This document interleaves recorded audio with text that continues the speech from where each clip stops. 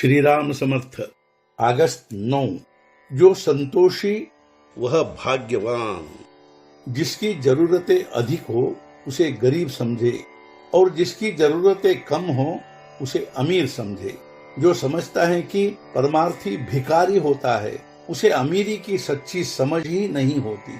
जो सच्चे संतोष में रहे वही सच्चा श्रीमान। हमें आधार है पैसे का जो आज है और कल नहीं होगा। अतः जहाँ नींव ही कच्ची है वहाँ इमारत कहाँ से पक्की होगी। श्रीमान का अर्थ जिसके पास भगवान नहीं है केवल श्री है ऐसा न हो।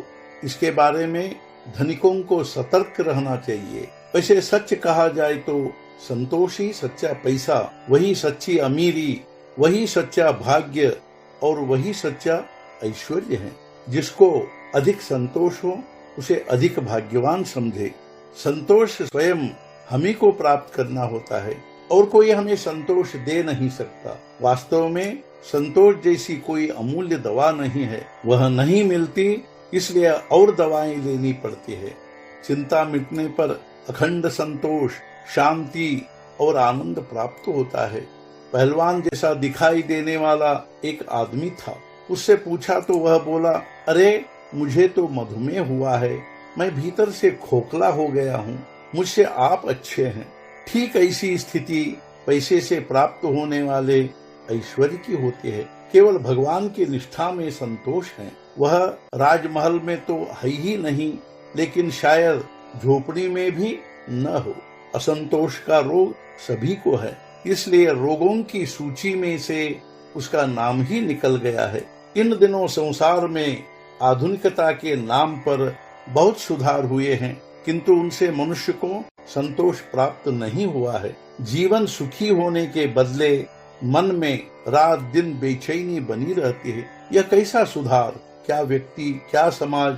इनमें यदि सुधार अपेक्षित है तो पहले चित्त वृत्ति स्थिर होनी चाहिए। चित्त की शांति धर्म के सिवाय संभव नहीं।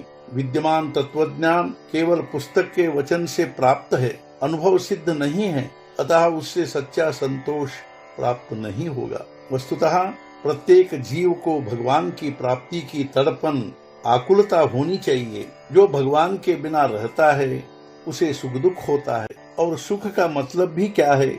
दुख की कमी यानी सुख। राजा से रंक तक सब कोई चाहता है कि उसे कुछ प्राप्त हो, यानी हर मनुष्य के यहाँ किसी न किसी बात की कमी है। लेकिन कोई यह नहीं सोचता कि आज जो मेरे पास कम है वह कल जब मेरे पास था तब भी क्या मैं सुखी था? इसका उत्तर नहीं था होगा। ताजी जलेबी कल्पना मात्र से यानी झूठ झूठ खाने के बजाय बासी जलेबी का प्रत्यक्ष टुकड़ा खाने से अधिक संतोष है। बुद्धि का आनंद उपाधि और कल्पना का आनंद है, जबकि भगवान से प्राप्त आनंद उपाधि रहित है। यह आनंद प्राप्त करने के लिए भगवान की शरण जाना चाहिए और निरंतर नामस्मरण करना चाहिए। बस यही एकमात्र उपाय है। आज का मुख्य विचार, नामस्मरण के कारण आनंद और संतोष का लाभ अनायास होता है, इसमें कोई संदेह नहीं। सद्गुरुनाथ महाराज की जय। जय जय रघुवीर समर्थ।